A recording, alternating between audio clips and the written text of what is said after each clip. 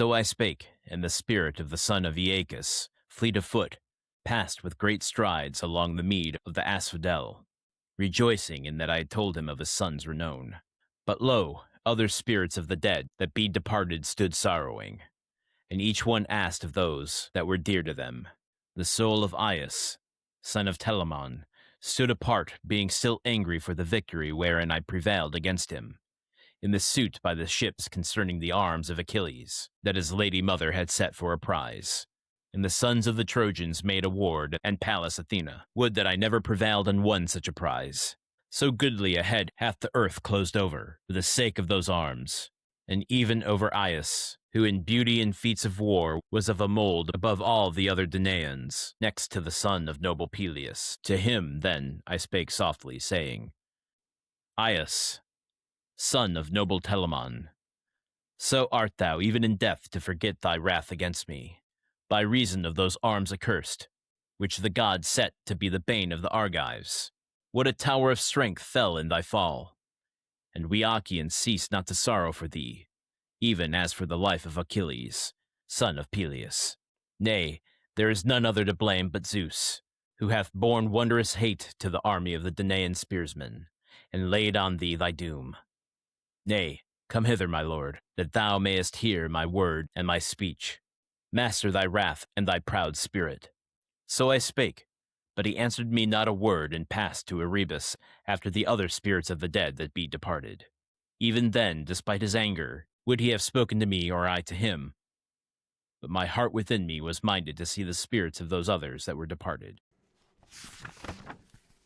All right, Achilles is strolling off into the sunset, and we get Aias, otherwise known as Ajax. We've talked about him before, pacing around back and forth, a little angry at Odysseus for besting him in the contest for Achilles' armor following Achilles' death. Odysseus regrets winning, considering the anger that Aias went to his grave with, and seems to beg Aias to not blame himself, but blame Zeus for the defeat. He is essentially begging here, Aias, to just like control your anger, dude, and just listen to me for a second. But Aias decides, nah, you know what? I'm going to brood in the underworld with my anger. I'm not going to say a word to you. Peace out, Odysseus. And Odysseus, recognizing that he could have a little romantic comedy, run to the airport at the end and make his play with Aias, but decides not to because he's more interested in the other shades that are wisping around him at the moment. It's interesting that Odysseus is acknowledging regret at the victory, but doesn't quite apologize, right? I mean, he doesn't really assume responsibility, but should he? I don't know. I guess I don't know the story of Achilles' armor being lost by Aias to Odysseus, but he kind of like pawns off responsibility onto the gods, which seems like an easy out. Aias here, though, is the exact type of ghost you don't want, brooding with anger against you and going into the underworld with unfinished business. That's how you get poltergeists. I think Odysseus has more to worry about at home than wooers. He's going to go home and find all of his chairs stacked in the center of his kitchen, all the cabinets open, candles flickering on and off throughout the night.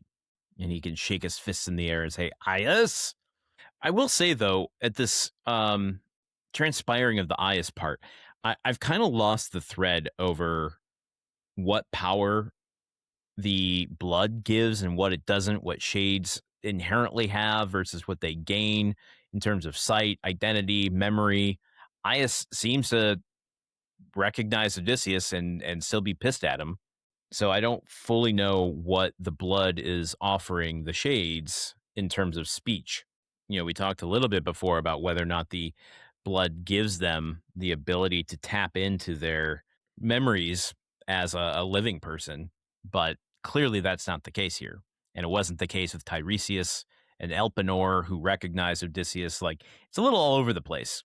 And I'm confused whether Aias has the ability to speak, because Odysseus seems to think that there's possibility for it, but He's not touching the blood, but he also doesn't speak. So the fact that he doesn't touch the blood, is that why he doesn't speak? It's very confusing to me. There is more to go into with Aias that maybe we will do another time. Here we can talk a little bit about the contest for Achilles' armor.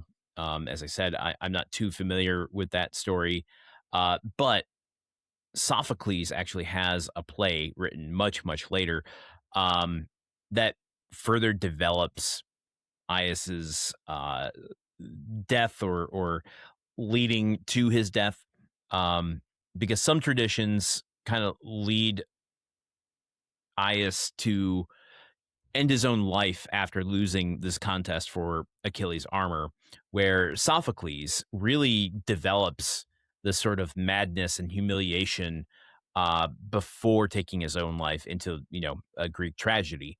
So some of these myths, even in story form or poem form, like the Odyssey here, only hint at a larger story that other authors will pick up and develop more on their own, and sometimes changing key details. But the long and the short of my understanding about this contest for Achilles' armor was that Achilles' mother, Thetis, offered his armor as a prize after Achilles had passed away.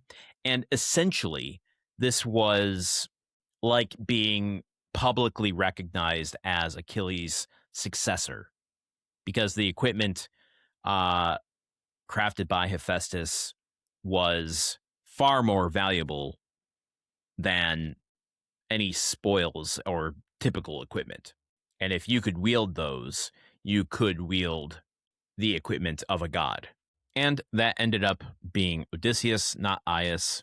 And therefore, we get the deepening of the myth of Odysseus, not as a demigod, but one of the foremost Greek heroes. All right. Join me here tomorrow as we go into the penultimate episode of Book 11. Until then, okay, goodbye. Odyssey is part of the Gruntwork Podcast Network. The show is produced, edited, and hosted by Landon Solano. The original text of The Odyssey, written by Homer. Theme song by Neuroflow. You can support this show and other shows like it by going to patreon.com/gruntworkpod. Thank you for listening. See you tomorrow.